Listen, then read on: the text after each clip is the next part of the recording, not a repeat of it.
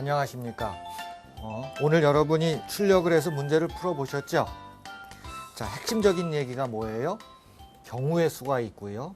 물론 주어진 조건이 두 가지가 있지요. 그 조건 하에서 경우의 수를 구합니다. 그런데 그 경우의 수가 여러분들이 잘 알고 있는 분수의 형태하고 상당히 유사성을 갖게 되는 이제 그런 상황입니다. 여기서 이제 유사성을 갖는다는 얘기는 개념적으로 일맥상통한다. 이렇게 제가 표현을 하도록 하겠습니다. 자, 그러면 그런 것들을 한번 확인해 볼까요? 먼저 제시문 읽으셨죠? 자, 제시문 가에 있는 내용은 뭐냐면은 분할에 관련되는 겁니다. 그런데 이런 정의를 여러분들이 아마 처음 만나지만은 개념적으로 보면 아무것도 아니에요. 한번 제가 그림을 보면서 여러분들한테 문제를 한번 제기를 해볼게요. 자, 이게 이제 제시문 가에 나와 있는 가장 핵심적인 그림입니다. 이 그림에 대한 해석은 이런 뜻이죠. 지금 여기 직사각형이 있어요. 한 변의 길이가 얼마? 여기가 16이고 여기가 37입니다. 그렇죠. 이런 직사각형이 있어요. 제가 한번 그 질문을 한번 해볼게요. 여러분들 자연스럽게 한번 대답을 해봐요. 여기 직사각형이 있는데 이거를 정사각형으로 분할하려고 그래요. 분할합니다. 뭐로요? 정사각형. 길이는 뭐 1이라든지 2라든지 자연수예요. 자연수의 길이를 갖고 있는 정사각형으로 주어진 직사각형을 이제 분할을 하려고 그래요. 그럼 분할할 적에는 그 최대 최소에 대한 생각을 가장 쉽게 접근할 수가 있는 게 이겁니다. 이 직사각형을 큰 직사각형을 분할할 적에 정사각형의 개수가 제일 많은 경우가 언제겠어요? 정사각형을 분할하는데 결과를 보니까는 거기에 동원된 정사각형이 제일 많아요. 그건 언제예요? 답 나왔죠. 몇 개예요? 16 곱하기 37이죠. 뭐로 분할하셨어요, 여러분들? 한 변의 길이가 1인 정사각형으로 분할하셨죠? 그게 분할했을 적에 뭐예요? 가장 많은 정사각형이 생기는 경우이죠. 그러면 아주 자연스러운 질문이 뭐예요? 어떻게 분할하면 여기에 동원된 정사각형의 개수가 제일 작겠냐 하는 것입니다. 그게 이제 키포인트입니다. 물론 16 곱하기 37로 되어 있는 이 직사각형은 정사각형이 아니니까 한 개로 분할할 수는 없어요. 그렇죠? 자, 두 개. 여러분 아이디어가 뭐예요? 어떻게 분할하세요? 자, 16이 있으면 일단 16으로 잘라야 되겠죠? 16으로 잘랐어요. 이것도 기호로 보면 16 곱하기 16으로 그냥 잠시 쓰도록 하겠습니다. 여기도 또 잘랐어요. 그렇죠. 여기도 잘랐잖아요. 그럼 남는 게 어떻게 되죠? 16이 되고 5가 됩니다. 그럼 여러분 뭐로 잘라야 돼요? 5로 잘라야 되죠. 그렇죠. 그럼 5로 자르면 몇 개 나와요? 하나, 둘, 세 개 나오잖아요. 남는 건 1이에요. 자, 높이가 1이고 폭이 얼마예요? 5잖아요. 그럼 여러분 뭐로 잘라야 돼요? 정사각형 만들려면 1로 잘라야 되잖아요. 그럼 1로 자르면 몇 개 나와요? 5개가 나옵니다. 그럼 다시 질문으로 들어가요. 두 가지 질문이었었죠. 정사각형이 언제 제일 많을까? 몇 개로? 16 곱하기 37, 한 변의 길이 1. 분할했을 때 정사각형의 개수가 언제 제일 작을까? 언제 제일 작아요? 자, 큰 거 2개. 그렇죠? 큰 거 2개. 그 다음 거 3개. 그 다음 거 5개. 그래서 기호를 이렇게 쓸까요? 제일 큰 거를 맨 앞에 쓸게요. 제일 큰 거 2개 있지요? 그 다음 거는요. 하나, 둘, 3개 있지요? 그래서 여기다가 3개 쓰고요. 제일 작은 경우에는 뭐 5개가 있겠죠? 그래서 5를 쓰고 양쪽에다가 이렇게 꺽쇠를 채우도록 하겠습니다. 그래서 이런 기호 괜찮겠죠? 분할을 했을 적에 제일 큰 거 2개 이렇게. 결론은 뭐예요? 2 더하기 3 더하기 5라고 하는 10개가 답이 어떤 의미의 역할을 하는 거예요? 분할을 했을 적에 제일 작은 정사각형의 개수가 몇 개라고요? 10개. 제일 많은 거는 몇 개예요? 16 곱하기 37개입니다. 그래서 이 경우에는 제일 작은 경우가 바로 의미가 있다는 것이죠. 자, 그래서 이거를 우리는 뭐라고 불러요? 최소라는 입장 쓰고 최소 정사각형 분할이라고 부르자 하는 것입니다. 그러면 제시문 가의 시작에서는 주어진 직사각형을 정사각형으로 분할하여 보자. 언제 개수가 제일 작을까? 그거를 가지고 이제 알아본 거죠. 그럼 제시문의 밑으로 다 중간 부분에서는 어떻게 나왔어요? 일단 기호 사형, 기호에 대해서 여러분 기억하고 계시고요. 그러면 그 다음에 전개되는 이야기, 자, 제시문의 중간 부분은 어떤 이야기를 하고 있나 봐요. 못과 나머지입니다.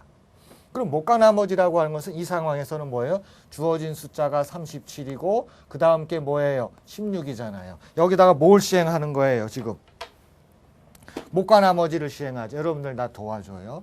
자, 못과 나머지라고 하는 것은 37이 있으면 자, 16으로 나눠줍니다. 그러면 몫이 얼마예요? 2죠. 그렇죠? 나머지는 얼마예요? 나머지는 5가 되겠죠. 그렇죠? 자, 연속되죠. 자, 여기 16이 있고 여기 5가 있어요. 그대로. 그럼 몫이 얼마예요? 몫이 3, 55. 그렇죠? 3이 되고 나머지가 1이 되잖아요. 그렇죠? 그럼 또 마찬가지죠. 여기 5가 있고 여기 1이 있어요. 몫이 얼마예요? 여러분 너무 잘 아시죠? 몫이 5고 나머지는 얼마예요? 0 이렇게 되는 것입니다. 자, 이게 이제 제시문 중간에 있는 내용으로서 아까 사용했던 37과 16에 대한 이제 못과 나머지 상황을 하는 거죠. 여러분 선생님이 여기다가 노란색으로 이렇게 걷죠? 봤지요? 이게 여러분 눈치챈 게 뭐예요? 여기 나와 있는 235가 뜻하는 게 뭐예요? 바로 최소 정사각형을 분할했을 적에 235가 갖게 된다는 것입니다. 여러분 이제 제시문을 읽으면서 개념적으로 어떻게 이게 통로가 마련되는가를 여러분들이 이제 인식을 하게 되는 것입니다. 자, 그러면 이 못과 나머지라고 하는 것은 이거하고 지금 계산을 통해서도 여러분 알겠지만 235하고 여기서 나와 있는 정사각형의 개수 큰 거, 그 다음 거 제일 작은 거하고 연관이 된 그런 상황이 여러분들 벌어진 거죠. 그렇죠?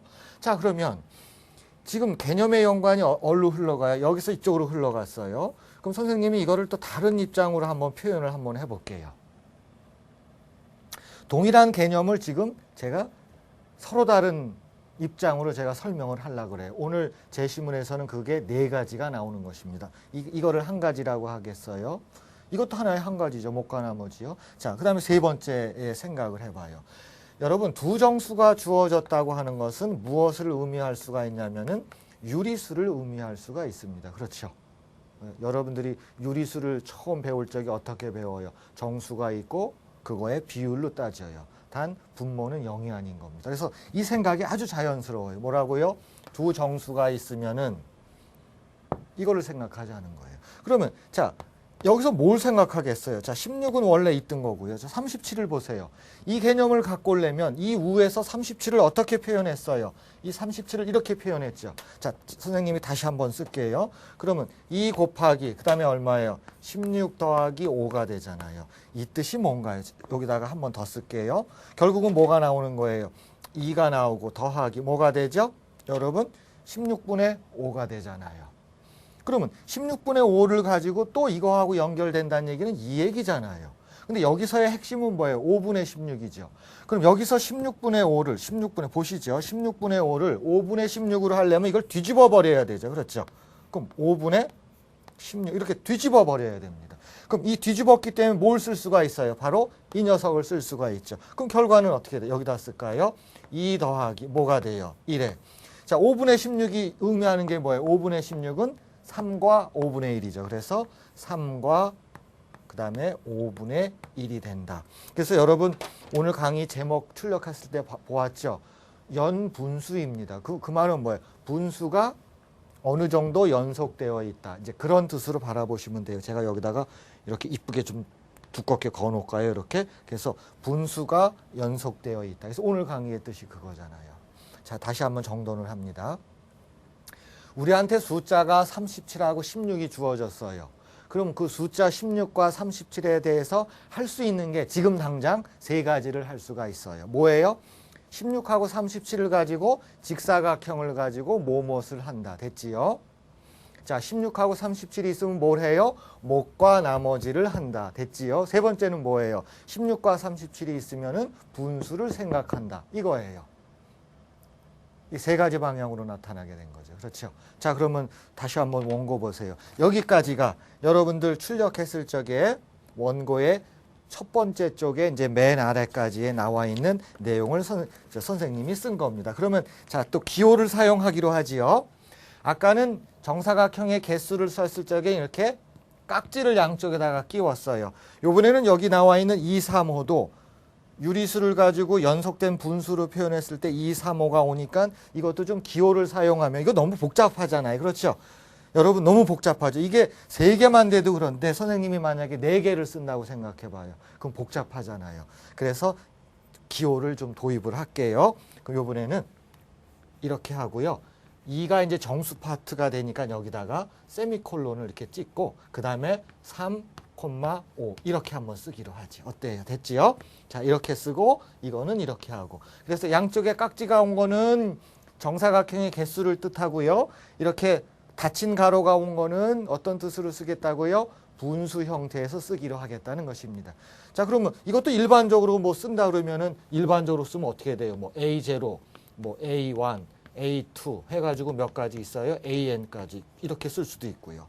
이것도 마찬가지죠. 여러 개가 오면은 어떻게 쓸 수 있어요? 여기다가 이렇게 쓰고 2가 아니겠죠. 그래서 A0에다가 세미콜론 오고 뭐 A1, A2 해가지고 AN까지 가로 콱 닫고 뭐 이렇게 이제 기호를 쓰자는 것입니다. 그렇게 되면은 이거보다는 이게 더 훨씬 더 수월하고 이거보다는 또 이게 또 훨씬 더 쓰시기가 수월하겠죠. 그렇죠?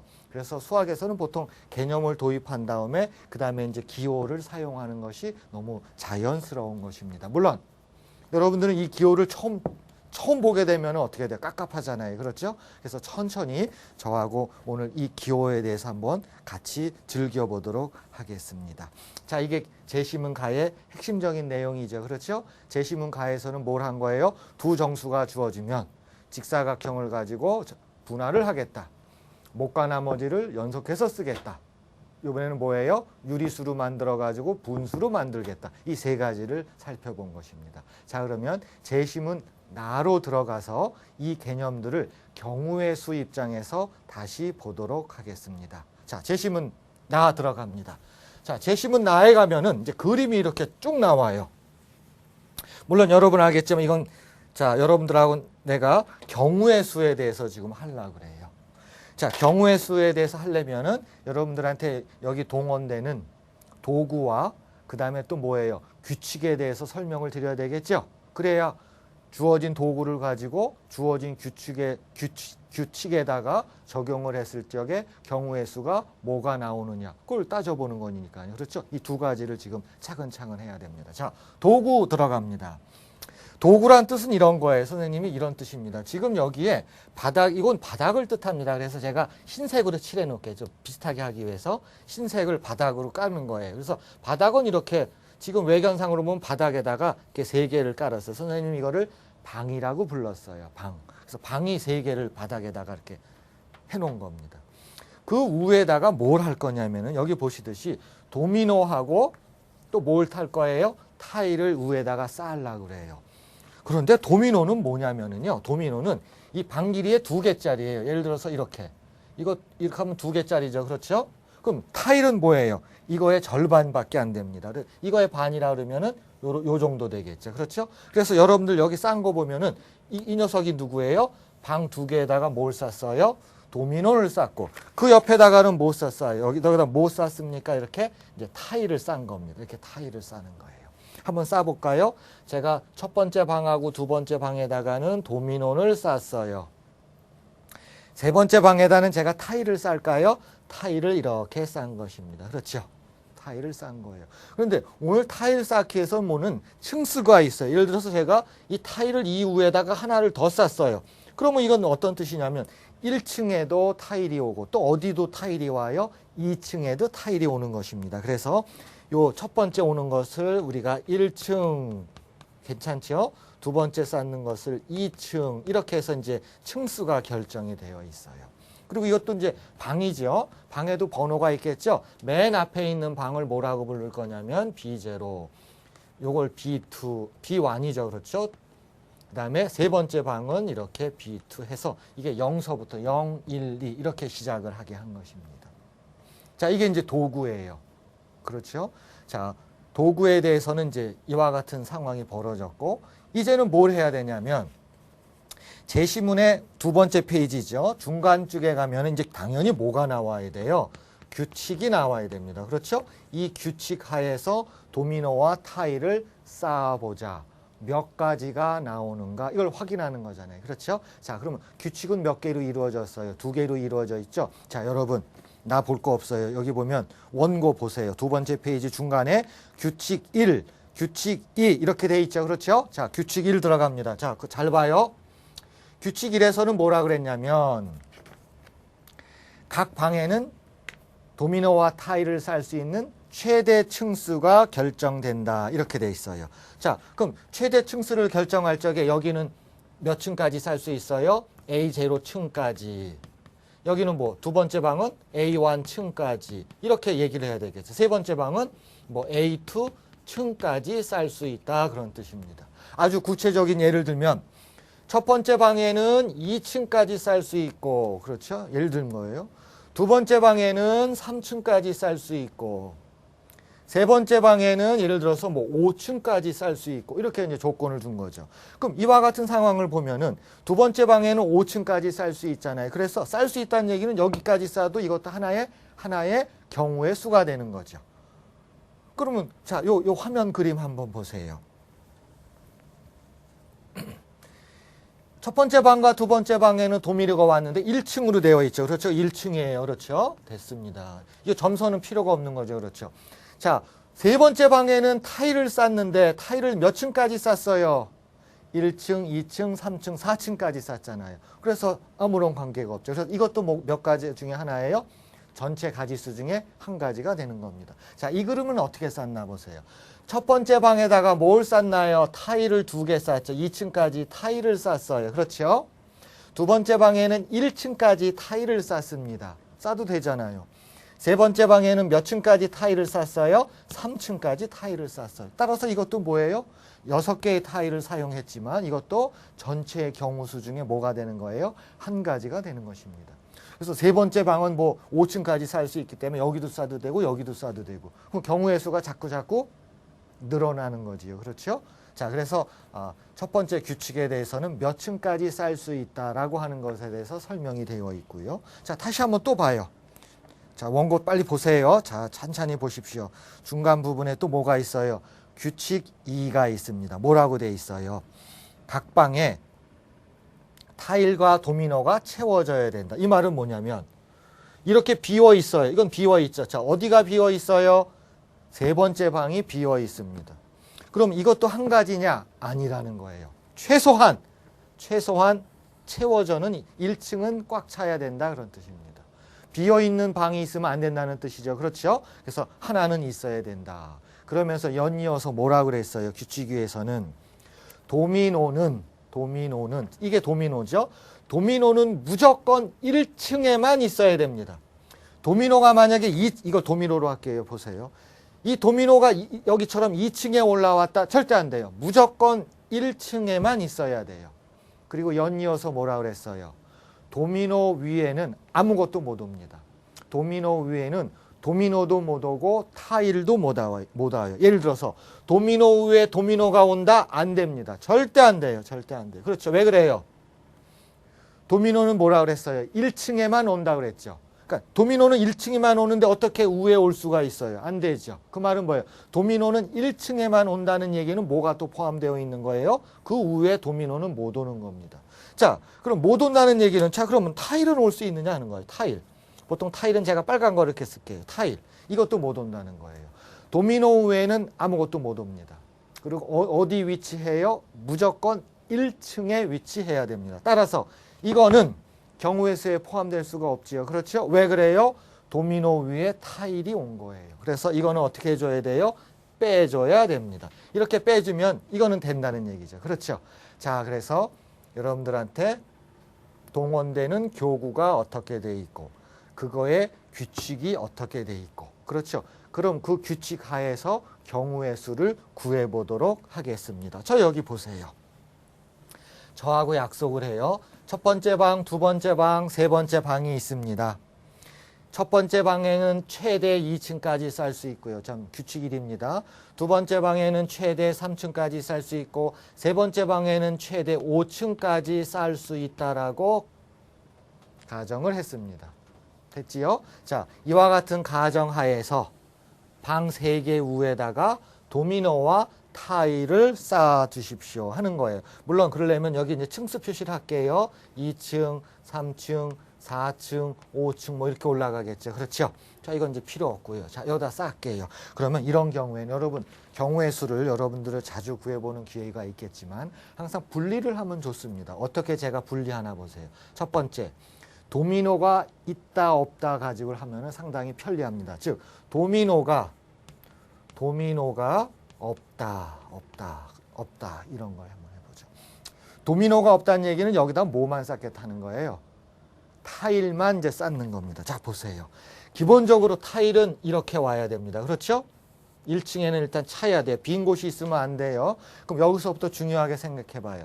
자, 여기가 1층이 결정되면 여기는 1, 2, 3, 여기는 1, 2, 3, 4, 5. 그럼 몇 가지가 나와요? 벌써 3 곱하기 5가지가 나오죠. 그렇죠? 그럼 여기는 또 어디까지 쌓을 수 있어요? 자, 2층까지 쌓아요. 그러면 또 똑같이 여기는 뭐예요? 1, 2, 3. 여기는 뭐예요? 1, 2, 3, 4, 5. 그럼 눈치챘죠? 도미노가 있는 경우에는 동시사건이죠. 그래서 2 곱하기 3 곱하기 5 해서 30까지가 나옵니다. 그렇죠? 30까지의 경우수가 나와요. 금방 이해되죠? 그렇죠? 자, 요번에는 뭐냐면 두 번째 어떻게 나눴어요? 요번에는 도미노가 있다 하는 겁니다. 도미노가 있다. 이렇게 할게요. 도미노가 있다. 자, 그럼 도미노가 있는 거, 선생님이 요거 이제 지워야겠지요. 요거, 자, 도미노가 있어요. 그럼 도미노가 있다는 얘기는 차근차근 생각해 봐요. 도미노가, 자, 1층에만 무조건 와야 됩니다. 됐어요. 여기 위치하는 경우겠죠. 그 다음에는 뭘 쌓아야 돼요? 타일을 쌓아야 되겠죠. 타일을 쌓는 경우에는, 자, 이게 여기에 몇 층까지 쌓을 수 있어요? 5층까지. 그러면 자, 한 가지. 그렇죠, 벌써? 눈치챘죠? 2층까지 쌓으면은 2가지. 3층에 쌓으면은 3가지. 몇 가지 나와요? 5가지가 나와요. 그래서 일단 5가지가 나오고요. 플러스. 여러분, 도미노의 위치가 사실은 여기만 있는 게 아니라 어디도 올 수 있어요. 두 번째 방하고 세 번째 방 여기 올 수 있죠. 그렇죠? 그래서 그럼 이걸 제가 지울게요. 그럼 도미노가 어떻게 오는 경우가 있어요? 두 번째하고 세 번째 방으로 도미노가 올 수가 있어요. 그러면 여러분들 이제 타일을 쌓는 거죠. 무조건 여러분 알겠지만 여기도 쌓아야 됩니다. 한 가지. 또 여기 또 2층에 쌓아야죠. 2가지. 자, 그러면 총 몇 가지가 나타났어요? 2가지. 그래서 2가지예요. 그럼 이 경우에는 몇 가지가 되죠? 7가지가 되는 것입니다. 그러면 총 경우의 수는 이제 몇 가지가 나와요? 총 경우의 수는 뭐예요? 37가지가 나오는 것입니다. 37가지가 나오는 것입니다. 자, 이제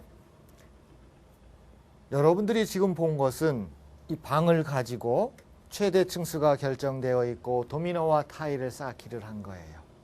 이제 최종적인 규칙이 나옵니다. 이제 마지막 규칙이에요. 마지막 규칙은 이런 뜻입니다. 앞에 있는 첫 번째 방을 없애버리고 똑같이 시행을 하여 보자. 그런 뜻입니다. 그럼 몇 가지가 나오나? 이거보다 굉장히 빨리 계산할 수 있죠, 여러분. 자, 앞에 있는 방 없애버렸어요. 그럼 방이 이제 2개밖에 없습니다. 그러면 도미노만 갖고 쌓는 방법은 뭐예요? 이거 한 가지밖에 없죠. 그렇죠? 도미노는 이거 한 가지밖에 없어요. 그럼 타일은요? 타일은 뻔하겠죠. 여기 3가지, 여기 5가지니까 15가지죠. 그럼 타일이 쌓는 것이 15가지, 이것처럼 도미노가 한 가지. 그럼 몇 가지 나와요? 총 16가지가 나오죠. 선생님이 여기다가 16이라고 그렇게 써놓을게요. 자, 그러면은 여러분들이 갖고 있는 원고 두 번째 페이지 중간부터 재심은 나죠. 쭉 얘기가 나와가지고 기호를 사용을 하면서 나왔어요. 그래서 기호 사용까지 해버리면 이 경우에는 어떻게 된 거예요? P를 쓰고 2, 3, 5가 된 것입니다. 그렇죠?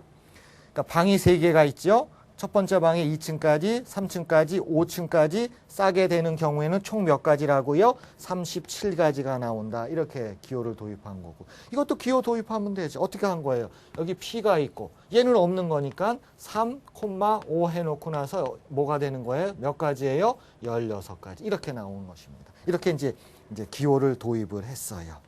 자, 그러면 여러분 조금 아까 우리는 재심은 가에서 16하고 37을 가지고 3가지로 알아봤었죠. 그렇죠. 그 3가지가 뭐였어요?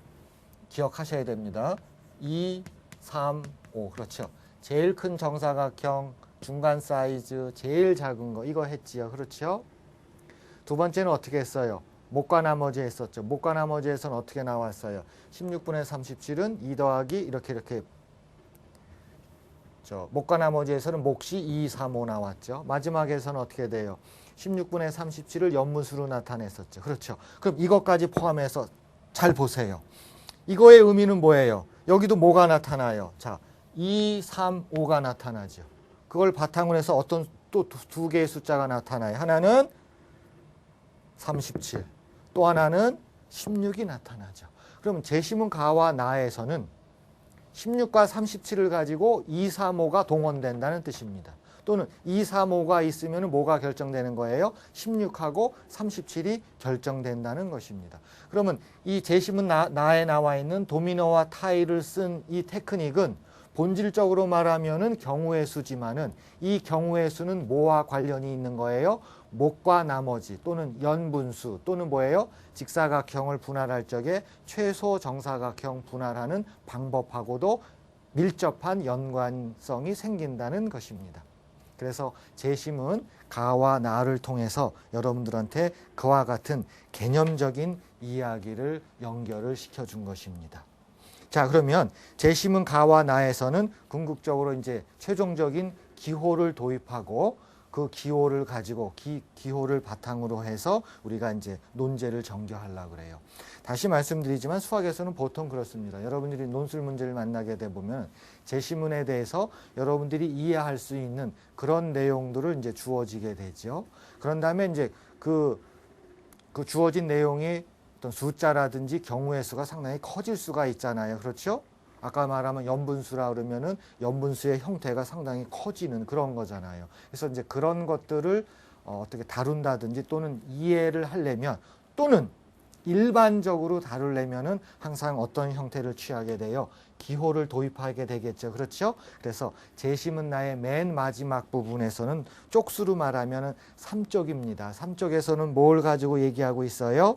여러분들한테 기호를 최종적으로 점검을 하고 있습니다. 자, 그러면 3쪽에 대해서 여기다 쓸게요. 여기가 3쪽입니다. 여러분, 원고 3쪽 메뉴에 보시면 기호를 도입하고 있죠. P에다가 A0, A1, A2 세 개짜리가 들어가요. 우리는 뭐 했어요? 2, 3, 5를 했지요. 경우의 수 몇 가지 나왔어요? 아까 37가지 나왔죠. 그런데 제가 아까 뭐라 그랬냐면 앞에 있는 방을 없애버린다 그랬잖아요. 그럼 첫 번째 있는 방을 없앤다는 뜻이 뭐예요? 얘를 없앤다는 뜻이 어떤 뜻이 되는 거예요? 그럼 기호로 쓰면 되죠. 뭐 저하고. 자, Q를 쓰면서 A0, A1, A2 이렇게 놓고 어떻게 해석해요?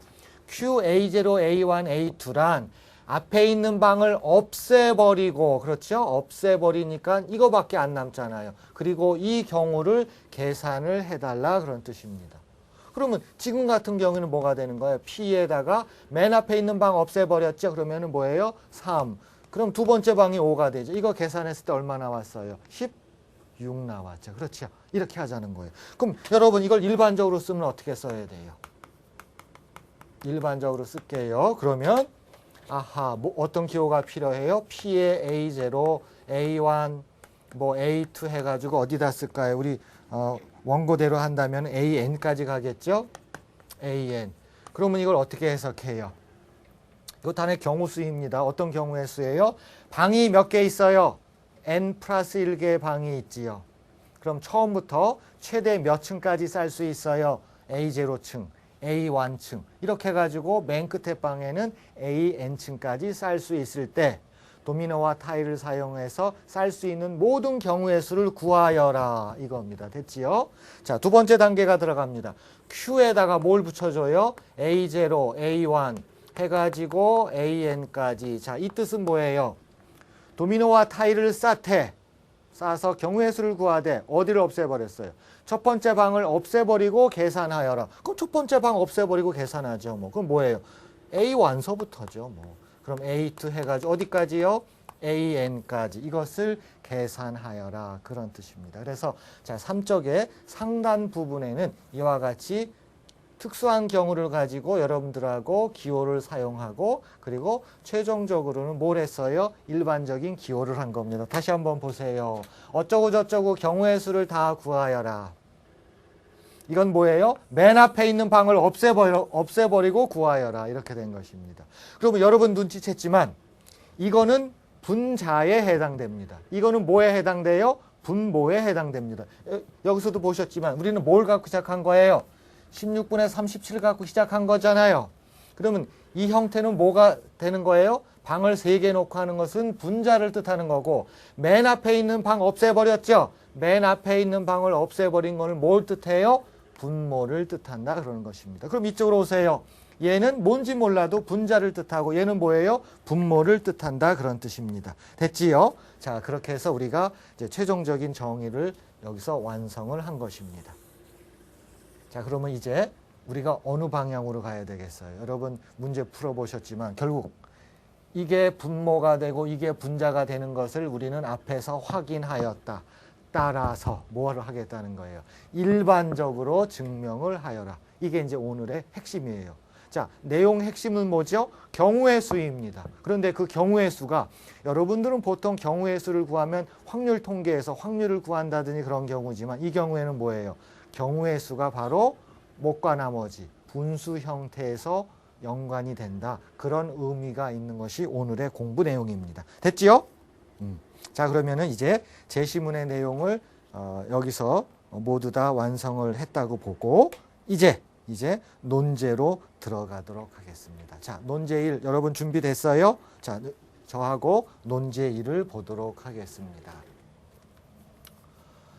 자, 여러분 28, 36에서 정사각형의 최소 정사각형 분할할 수 있어요? 예를 들어서 이게 28, 이게 얼마예요? 36이에요. 자, 이게 36이고 이게 28입니다. 자, 이거를 이제 정사각형 분할할 거예요. 저랑 같이 한번 해봐요. 자, 합니다. 물론 이거를 분할할 적에 제일 많이 나오는 건 몇 가지예요. 36 곱하기 28입니다. 그렇죠. 각각의 정사각형의 길이는 1이죠. 그렇죠. 그건 별 의미가 없죠. 언제 의미가 있어요? 이거를 분할했을 때 여기 동원된 정사각형의 개수가 제일 작아야 돼요. 자, 시작합니다. 28부터 시작하죠? 자, 28로 잘라요. 됐지요? 그럼 여기 자, 28로 잘랐습니다. 여기가 이제 28 이렇게 기호를 28 곱하기 28로 잘랐어요. 그럼 여기 남는 게 얼마예요? 28에서 뺐으면 어떻게 되죠? 이게 이제 8이 되는 거죠. 그렇죠? 맞지요? 그러면 36이잖아요. 그렇죠? 그럼 8을 가지고 28을 잘라주면 몇 개가 나올 수 있어요? 28, 16 두 개밖에 안 나오는 애요. 그렇죠? 자, 그러면은 8. 또 하나가 어떻게 돼요? 또 하나 8, 3, 그렇죠? 3, 8이 24니까 3개가 나오겠죠. 그렇죠?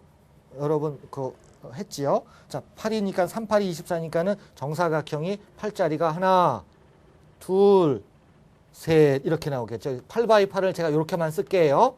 3개가 나옵니다. 그럼 남는 건 뭐가 되겠어요? 3, 8이 24니까 이게 4잖아요. 그럼 결국 남는 건 어떻게 돼요? 2개짜리죠. 이때 사이즈는 어떻게 돼요? 한 변의 길이가 4인 정사각형입니다. 우리 이거 기호 어떻게 쓰기로 했어요? 맨 큰 거 하나, 셋, 그 다음에 뭐예요? 둘 이렇게 되는 거죠. 그렇죠? 자, 우리는 뭐라 그랬어요? 가장 작은 정사각형의 의미를 찾아보자. 여기서 가장 작은 정사각형의 크기는 어떻게 돼요? 한 변의 길이가 4인 4x4 이렇게 제가 여기다 이렇게 여기도 4, 여기도 4 이렇게 쓸게요. 이게 무슨 의미가 있냐는 겁니다. 아까는 어떻게 했어요? 16하고 아까는 37하고 16에서 잘랐을 땐 제일 작은 정사각형의 크기가 얼마예요? 확인해 봐요. 한 변의 길이가 1이죠. 그렇죠? 그런데 이 경우에는 뭐예요? 제일 작은 정사각형의 한 변의 길이가 4예요. 그 의미가 뭐예요? 여러분 금방 이해하실 수 있죠. 이 길이는 이 전체의 약수가 됩니다. 그렇죠? 이쪽으로 보세요. 이 길이는 뭐예요? 이 길이의 약수가 되죠. 그럼 눈치챘죠? 이게 28과 36의 최대 공약수가 된다. 그런 뜻입니다. 다시 한번. 이 길이는 뭐라고요? 이쪽의 약수죠. 그 중에서도 제일 작잖아요. 그렇죠. 지금 상황에서는 물론 어떤 상황에서 제일 작아야 돼요? 이것까지 포함한 것입니다. 그렇죠. 물론 약수 중에서 사실은 제일 큰 거죠. 그렇게 공통된 약수 중에서는. 그렇죠. 그래서 최대 공약수가 되는 것입니다. 그래서 이거의 4의 의미는 28과 여러분 기호를 어떻게 써요? 36에다가 가로 치죠. 오늘 너무 가로가 많으니까 제가 여기다 이거 쓸게요. GCD 최대 공약수. 오늘 너무 가로가 많아요. 그래서 오해할 수가 있으니까 28과 36의 최대 공약수가 뭐가 된다고요? 4가 된다. 그런 뜻입니다. 아셨죠? 자, 그러면 이번에 이제 두 번째로 들어갑니다. 두 번째는 뭐에 대해서 얘기하고 싶은 거예요? 자, 첫 번째 끝났죠? 이걸 연분수로 나타내래요. 그러니까 여기서 말한 연분수라고 하는 것은 여러분 이제 문제 풀면서 알겠지만 의도는 뭐예요? 저희가 28분의 36이라고 하는 것입니다. 지금 이거죠. 28이라고 하는 정수, 36이라고 하는 두 개의 정수가 주어졌어요. 주어져 있습니다. 여기 주어져 있죠. 그러면 36과 28에 대한 이 녀석에 대해서 첫 번째 생각할 수 있는 것은 뭐예요? 직사각형 입장에서 분할하여라 됐지요. 그래서 조금 아까는 이제 제일 작은 게 물어봤고 이번에는 뭐로 한 거예요? 자, 두 수가 있으면은 이게 도대체 분수가 나타난다. 이거를 뭐로 나타낸다고요? 이제 분수, 연속된 분수로 나타내 보죠. 우리는 답은 알고 있어요. 왜 알아요? 아까 보셨죠? 제일 큰 거 하나, 두 번째 거 세 개, 그 다음 거 두 개라는 얘기는 어떻게 쓰는 거예요? 1 더하기, 이건 자동입니다. 3 더하기 뭐가 돼요? 2분의 1 이렇게 되는 거죠. 그럴 것 같지 않아요? 맞지요? 이해하셨고요. 그렇죠? 아까 했던 거하고 똑같은 겁니다. 다시 한번 생각하면은 이거에 의미하는 것이 뭐라고? 이걸 기호로 어떻게 쓰기로 했어요? 이렇게 한 다음에 1에다가 세미콜론 쓰고 3, 그 다음에 2 이렇게 하기로 했잖아요. 그렇죠? 그렇죠? 그래서 이거를 분수로 표시하면은 이렇게 되는 거고 그래서 이 얘기나 사실은 똑같은 이건 기호로 이렇게 쓰기로 했었죠. 그렇죠? 그래서 28분의 36 역시 연분수로 표시할 수 있고 그다음에 최대 공약수는 사실은 없어진 겁니다. 의미가 없어져요. 그러니까 서로소 상황에서 할 수가 있다는 것이죠. 그래서 여기 최대 공약수 4는 이 속에서는 분자 분모에서 약분이 되기 때문에 역할을 못하게 돼 있고 최종적으로는 이제 서로소 인 형태로만 남는 거죠. 여러분 이거 서로서 형태로 남는다는 것은 뭐예요? 이걸 약분한 거죠. 그렇죠? 이제 그런 뜻입니다. 그래서 도형이라든지 연분수 입장에서는 최대 공약수는 작용을 못합니다. 다만 정사각형 분할에서는 우리가 알 수는 있어요. 아 이게 최대 공약수가 4구나 이렇게는 확인을 할 수가 있는 것입니다. 자 여기까지 이제 아까는 16하고 37 갖고 했었죠? 근데 그때는 선생님이 어떤 예를 든 거예요? 이거의 최대 공약수가 1을 갖고 했던 거죠. 그래서 논제 1에서는 선생님이 뭘 갖고 온 거예요? 최대 공약수가 1이 아닌 녀석을 가지고 우리가 이것을 살펴본 것입니다. 그 의도를 이제 이해하셨죠? 자, 그러면 여기까지는 뭐예요? 구체적인 숫자를 가지고 우리가 열심히 했으니까 이제는 어떻게 돼요? 일반적인 경우로 가서 한번 증명을 하자 하는 것이 논제 2가 되겠죠, 여러분? 자, 논제 2 보시지요. 자, 논제 2로 가도록 하겠습니다. 여러분 조금 아까 그 화면에 나왔던 그림은 제가 그 분할을 해서 했던 거죠. 그렇죠? 36하고 뭘 갖고 한 거예요? 28을 가지고 분할을 했던 게 나왔고 여러분들은 어디에 또 있어요? 그 출력한 원고에 보면은 논제 해설란에 보면 선생님이 또 그려놓은 거 있죠. 아까 그게 그 녀석입니다. 아셨죠? 자, 그러면 이제 논제 2로 들어가겠습니다. 자, 제가 이제 아까 말씀드린 대로 논제 2에서는 우리가 앞에서 충분하게 구체적인 숫자를 가지고 여러분하고 나하고 열심히 공부를 했어요. 그러면 수학에 있어서 일반적인 경우가 되겠지만 마무리는 어떻게 해요? 그러니까 구체적인 것이 아니라 일반적인 이야기를 가지고 한번 그 증명을 해보자 그런 뜻입니다. 그러면 지금 양의 정수가 주어져 있습니다. 근데 이거는 무슨 뜻이죠? 연속된 분수죠. 이거는 뭐예요? 그 연속된 분수를 그냥 계산을 한 겁니다. 다시 한번 구체적인 숫자 비교해보면 이런 거죠.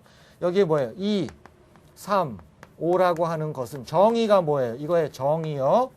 정의가 뭐라고요? 2 더하기 3 더하기 5분의 1이라는 뜻입니다. 그럼 얘가 의미하는 건 뭐예요? 얘가 의미하는 건 이거를 계산하면 뭐가 나와요? 아까 보셨지만 16분의 37이 나오는 거죠. 그렇죠? 이겁니다. 그래서 왼쪽에 있는 거는 어떻게 되냐면은 여기다 이렇게 찍기로 했었죠. 왼쪽에 있는 거는 뭐예요? 연속된 분수의 정의. 오른쪽에 있는 것은 그것을 계산했을 때의 값. 이렇게 보시는 겁니다. 됐지요? 여러분 저하고는 이렇게 약속하기로 했었지요.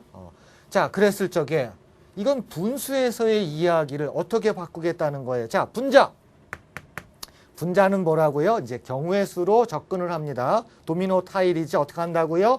최대 층수가 이렇게 될 전 방이 몇 개 있어요. 방이 몇 개 있어요? 한 개, 두 개, 세 개, 네 개 해서 몇 개까지요? n 플러스 1개입니다. 기호를 어떻게 썼어요? 여기 B0라는 방, B1이라는 방 해가지고 BN이라는 방이 있어요. 자, 여기서 말한 이 녀석들이 뭐예요? 최대 층수입니다. 첫 번째 방에 A0층까지 쌀 수 있고 A1까지 쌀 수 있고 해서 맨 끝에 얼마까지 쌀 수 있어요? AN까지 쌀 수 있다. 이렇게 된 것입니다. 그렇죠? 그렇죠? 그랬을 때 여기다가 이제 도미노하고 타일을 막 쌀 거예요. 그러면 분자는 뭐가 된다고요? 이 분자 P에는 쌓는 가지수가 된다. 그런 뜻입니다. 그 논제를 다시 한번 보세요. 그렇죠? 그래서 쌓는 가지수가 된다. 그러면 자, 한번 이걸 한번 확인해 보도록 하겠습니다. 자, 그러면은 왜 쌓는 가지수가 되는지 먼저 선생님이 이걸 한번 쌓아볼게요. 몇 가지가 나오는지. 이거 선생님 한번 쌓아볼게요. 그런데 일반적인 것이 오히려 편할 때가 있어요. 자, 접근하는 첫 번째 방법을 아주 심플하게 하면은 상당히 쉽게 할 수가 있어요. 보세요. 맨 앞을 중심으로 합니다. 맨 앞을 보세요. 둘 중에 하나가 뭐냐면 맨 앞에 예를 들어서 여기에 도미노가 있으면 이야기 끝이죠. 그렇죠. 그리고 나서 이야기가 전개되겠죠. 또는 뭐예요? 맨 앞에 도미노가 없어요. 도미노가 없다는 얘기는 누가 온 거예요? 타일이 온 거죠. 타일이 이렇게 온 거죠. 아까 타일 빨간 거를 한 것 같다. 선생님이. 색깔 맞춰줄게요. 아까 선생님이 타일 빨간 거를 한 것 같아. 이런 경우잖아요. 그렇죠. 둘 중에 하나잖아요. 그 말은 뭐예요? 맨 앞을 생각한다면 맨 앞에 타일이 오는 경우. 그렇죠. 맨 앞에 타일이 오는 경우가 있고 그 다음에는 아까 보셨죠? 맨 앞에 뭐가 온 거예요? 도미노가 오는 경우 두 가지로 나누어지는 겁니다. 됐지요? 도미노 노란 거로 할 거. 자, 보세요. 경우수 주세요. 자, 타일이 왔어요. 그럼 어떻게 될까요? 이 전체적인 이야기는 뭐예요? 그 다음에는 뭐예요? 도미노 타일 쌓으면 되잖아요. 그게 뭐예요? 이거잖아요. P에 뭐예요? A1, A2, AN. 그래서 AN까지 가는 이거잖아요. 그렇죠. 오히려 일반적인 게 더 쉬울 수가 있어요. 자, 도미노가 왔어요. 도미노 오세요. 자, 도미노가 오는데 물론 여기 경우수 제가 이제 체크할 거예요.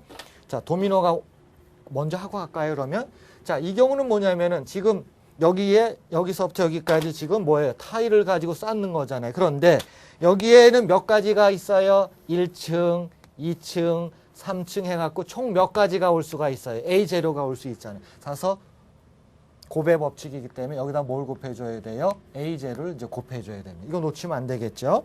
자, 그러면 두 번째는 어떤 상황이에요? 자, 도미노 오세요. 도미노가 쫙 왔어요. 이제 끝난 겁니다. 더 이상 아무것도 못 와요. 그러면 어떤 일이 벌어져야 돼요? 여기서 벌어지면 됩니다. 여기서는 방이 누구예요? 방이 바로 B1이죠. 그렇죠? 그리고 여기에 최대 층수는 A2였지만 어쨌든 여기서만 생각하면 되잖아요. 그게 뭐예요? P에다가 어디서부터?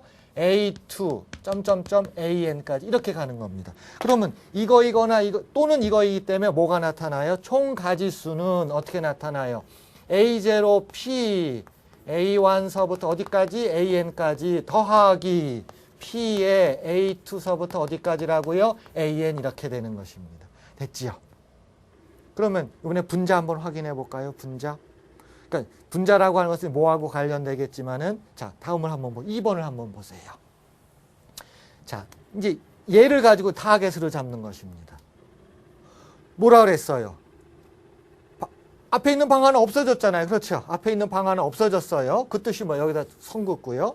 앞에 있는 방 하나 없어졌잖아요. 최대 층수가 이거인 몇 개 방 하나 없어졌죠? 쌓는 가지수이다. 그걸 쓰겠어요. 그럼 어떻게 써요? P에다가 A1서부터 어떻게 된다고? A의 N 이렇게 되잖아요. 그런데 아까 정의할 때 Q가 있었죠? Q를 써놓으면 A0, A1서부터 AN까지 생각하면 아까 Q의 정의가 뭐였어요? 맨 앞에 있는 방을 없애버리고 경우의 수를 쓰자. 이겁니다. 자, 어쨌든 우리는 두 가지. 첫 번째 이렇게 스타 1, 스타 2 이렇게 이 계산을 해놓을게요. 자, 그러면 이제 최종적으로 여러분들한테 그 관계를 제시하도록 하겠습니다. 자, 그러면 이 계산 들어갑니다. 제가 이제 이 계산하면 여러분들하고 이제 완벽하게 끝내줄 수가 있어요. 보세요. 이쪽으로 와서 이 화면 이쪽으로 끌고 올게요. 자, 저 녀석을 계산하면 얘는 뭐하고 관계될 거예요? 분자하고 관련되고 얘는 뭐하고 관련될 거예요? 분모하고 관련됩니다. 내가 계산을 한다는 얘기는 뭐예요? 이것처럼 직접 계산하겠다 이거예요. 직접 계산. 자, 직접 계산합니다. 이 녀석이요. 자, 주세요. 자, A0 그 다음에 이렇게 나하고 약속했지요. A1, A2 해가지고 어떻게 가요? 짠 해서 AN까지입니다. 자, 이거의 정의는 어떻게 돼요? A0 더하기. 그렇죠. A0 더하기. 밑으로 쭉 가고 땡 되고. 그 다음에 얘 나오는 건 얘는 어떻게 돼요? A1에다가 이렇게 약속했죠. A2 해가지고 어디까지요? AN 이렇게 되잖아요. 됐죠? 그렇죠? 이게 이제 또 A1하고 또 밑으로 또 쭉 내려갈 거예요. 그럼 선생님하고 이쪽으로 옆으로 가야 됩니다. 자, 이쪽으로 오세요. 여기다 쓰고 내가 이제 위로 올라갈게요. 그럼 얘는 어떻게 돼요? A0 더하기 1이 되고 얘는 어떻게 돼요? 자, 분자 분모 똑같은 거 아니에요? 어떤 형식이 되겠어요? 이 녀석의 분자와 분모를 쓴다 그러면은 여러분 보시면 알겠지만은 분명히 모양새가 뭐 분자의 얼마에 대한 분모의 얼마 이런 식으로 분명히 모양새가 결정되겠죠. 그럼 제가 여기다가 모양을 써드릴게요. 모양을 써드립니다. 모양 어떤 모양인가 보세요. 자, 이게 연분수예요. A0에다가 A1 그다음에 A2 AN까지 돼 있어요. 뭔지는 모르지만 얘네들을 계산을 쭉 하면 뭐로 나와요? 분모분의 분자 나오겠죠. 걔가 누군지 몰라도 그러면 분명히 분모는 제가 Q라고 쓰면서 얘네들하고 이제 스몰 Q예요. 얘네들하고 관련이 있겠죠. 그래서 그냥 점을 찍겠습니다. 이렇게 해서 AN까지. 자, 분자는 누구하고 관련되겠어요? 얘네들하고 관련되는데 그걸 스몰 P를 쓰면서 A0서부터 어디까지요? AN까지. 분명히 이렇게 될 거예요. 자, 이거는 계산한 결과를 얘기합니다. 자, 이쪽으로 오세요.